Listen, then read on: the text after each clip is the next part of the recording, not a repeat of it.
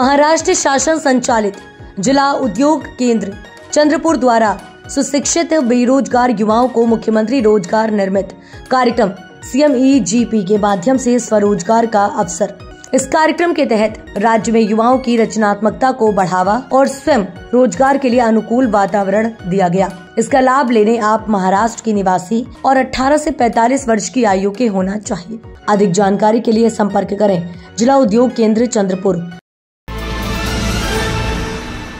चंद्रपुर में बढ़ते प्रदूषण का प्रभाव आम जनता में बढ़ता ही जा रहा है, जिसका मुख्य कारण CTPS और WCL के अनियमित कार्य से है।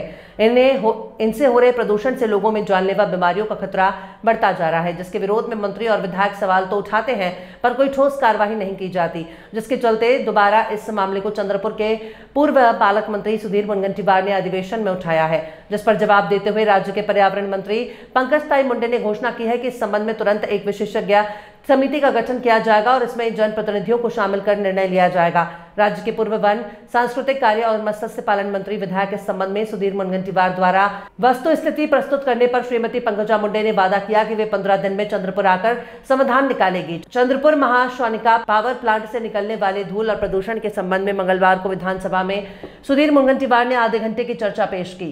पंकजा मुंडे ने इस मामले की गंभीरता को नोट किया। इसके बाद उन्होंने विशेषज्ञों और विधायकों की एक समिति बनाने और खुद चंद्रपुर आकर बैठक करने का वादा किया। उन्होंने नियमों के उल्लंघन पर जुर्माने की राशि बढ़ाने और बैंक गारंटी की राशि बढ़ाने को लेकर बड़ा फैसला लेने का वादा किया है। उन्होंने इस क्षेत्र में वायु, जल, ध्वनि प्रदूषण को लेकर काफी काम करने और गतिविधियां लागू करने की उम्मीद जताई है। इस संबंध में उन्होंने ये भी कहा कि इस क्षेत्र में उद्योग के CSR का उपयोग एक ही स्थान पर कर पर्यावरण संतुलन बनाया जा सकता है। चंद्रपुर जिले में जागरूकता तंत्र बनाने की भी योजना है, ऐसा पंकजा मुंडे ने कहा। इस संबंध में चर्चा शुरू करते हुए सैकड़ों करोड़ के उद्योग लगाने वाले उद्यमियों के साथ परियोजना अधिकारियों की लापरवाही पर सुधीर मुनगंटीवार ने गहरी नाराजगी जताई है। उन्होंने पर्यावरण मंत्री से आम आदमी की जिंदगी से खिलवाड़ के इस अपराध के लिए कड़ी कार्यवाही की मांग की है। चंद्रपूर येथील महाउष्णिक विद्युत केंद्र प्रकल्पातून निघणाऱ्या धुळीमुळे होणारे प्रदूषण व WCLच्या प्रदूषणाच्या संदर्भात अध्यक्ष महाराज मी तारांकित प्रश्न विचारला होता। कामकाज त्या दिवशी झालं नाही आणि म्हणून अर्धा तास चर्चा या निमित्ताने मी टाकली आहे। सन्माननीय मंत्री महोदय तशाही सक्रिय आहे, अतिशय उत्तम अनुभवी मंत्री आहे, त्यामुळे स्पेसिफिक उत्तर यामध्ये अपेक्षित आहे। माझ्या अगोदर सन्माननीय सदस्य देवरावजींनी विस्तृत माहिती आपल्याला दिली, त्यामुळे विस्तृत माहितीवर मी जाणार नाही, पण साधारणतः भारतीय संस्कृतीमध्ये जगा आणि जगू द्या। पण या प्रदूषणामध्ये एखाद्याने प्रत्यक्ष चाकूनी खून केला तर त्याला पण 302 चा गुन्हा गावतो। अंधा कानून मध्ये रजनीकांत मारायचा पण तो सापडत नव्हता। याही अंधा कानून मध्ये असे काही उद्योगपती आहे की जे लोकांना धीरे धीरे आजारांनी संपवतात पण ते सापडत नाही। पण मला विश्वास आहे की पंकजाताईचा हा प्रदूषण संपवण्याच्या पळला पर्यावरण उत्तम करेल आणि P फॉर पनिशमेंट करेल, हा ही विश्वास अध्यक्ष महाराज मला आहे। आणि म्हणून माझी पहिली मागणी की तुमच्याकडे चंद्रपूर महाउष्णिक विद्युत केंद्राने त्यांची उद्योगास तुमच्या विभागाची मान्यता ही 31 मे 2024 पर्यंतच होती, संपली आहे। तर पहिलं काम करा, हे रद्द करून टाका। कोणी दबाव टाकला तरी ऐकू नका, तसंही पंकजाताई तुम्ही कोणाच्या दबावाला ऐकत नाही। कारण नूतनीकरण न करता थर्मल पॉवर स्टेशन कसं चालतं?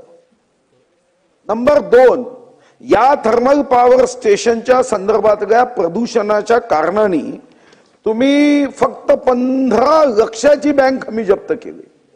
आता ही बँक हमी 5 कोटी करायची उत्तरामध्ये। 15 लक्ष काय हो ही बँक हमी? ही काय बँक हमी आहे 15 लक्ष? देऊ द्या ना, पण वाईट वागायचा अधिकार नाही आहे ना।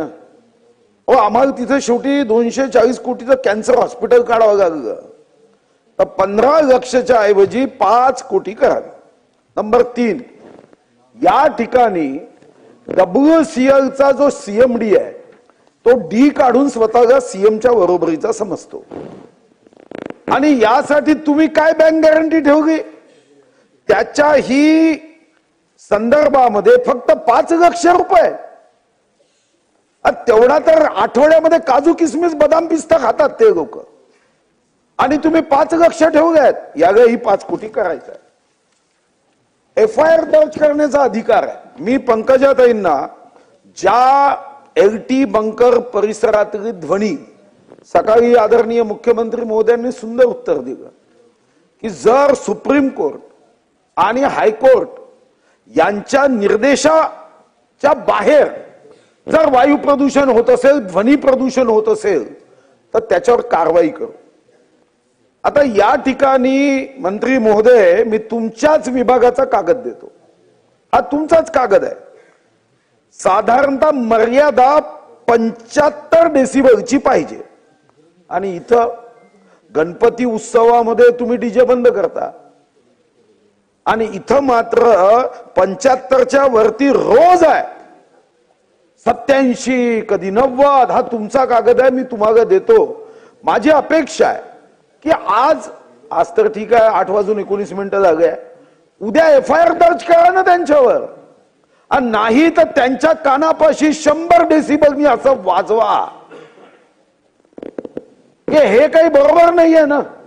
लोकांनी जगायचं की नाही. आणि चर्चा मिळून मी काही 1 तास उत्तर देणार नाही, पण सन्माननीय सदस्य सुधीर भाऊंनी स्पेसिफिक काही उत्तर मागितलेत आणि बोंगळेजींनी पण काही उत्तर मागितलेत. फक्त एवढंच सांगेन की चंद्रपूर ही देशामध्ये सर्वाधिक प्रदूषित शहर जेव्हा देशातले म्हणजे एक यादी झाली, त्याच्यामध्ये देशातल्या 88 प्रदूषित शहरामधलं एक शहर चंद्रपूर होतं, आणि आपल्या राज्यातल्या 8 औद्योगिक क्षेत्रामधल्या चंद्रपूरचा सुद्धा त्याच्यामध्ये समावेश होता प्रदूषणाच्या परिस्थितीमध्ये.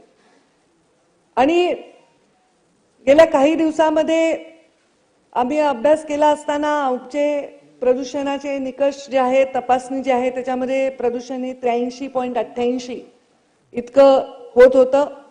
त्यामुळे पर्यावरण, वन, वातावरणीय बदल मंत्रालय दिल्लीचं सरकारने म्हणजे आपले सेंट्रल गव्हर्नमेंटनी चंद्रपूर जिल्ह्यामध्ये कुठलाही नवीन उद्योग येऊ नये आणि प्रदूषणासाठी काही काळापर्यंत बंदी घालण्याचा निर्णय घेतला 31 मार्च 2012ला.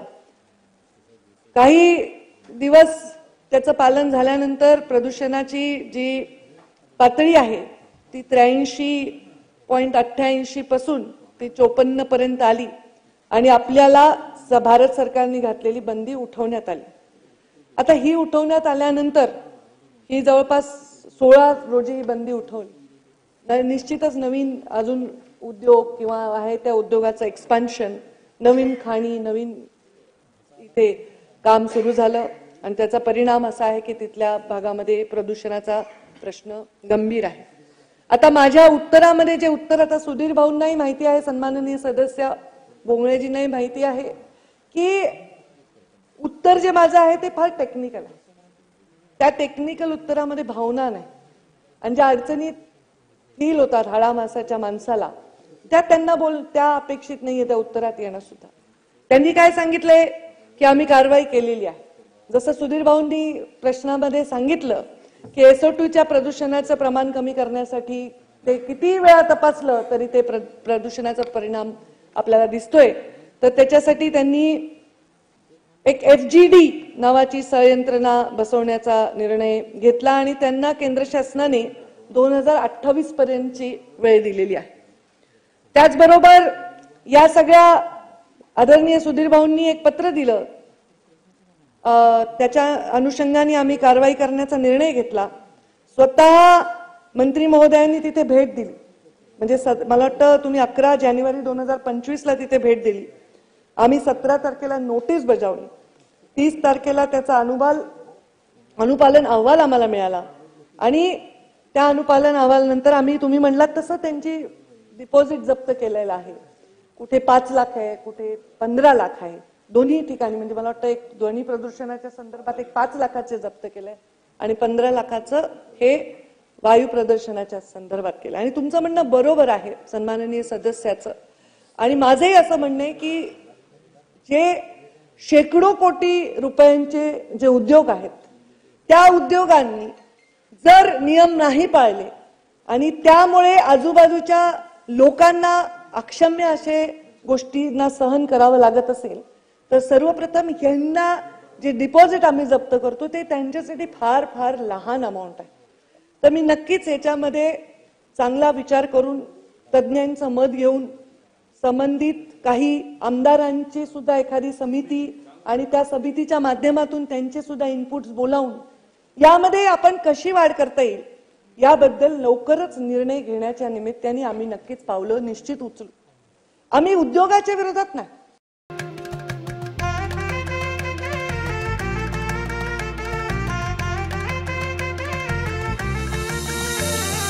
माना पानाचा ना त्या गोत्याचा पसारा लई बाई वाढला. रुसवा नको ग बाई कुणाचा मोठ्यानी उतारा काढला. लगीन घाई सुचून देई खरेदीने पणा काढला. खरेदीला वरसी धीने उत्साह नवा आणला. बांधला बसका बांधला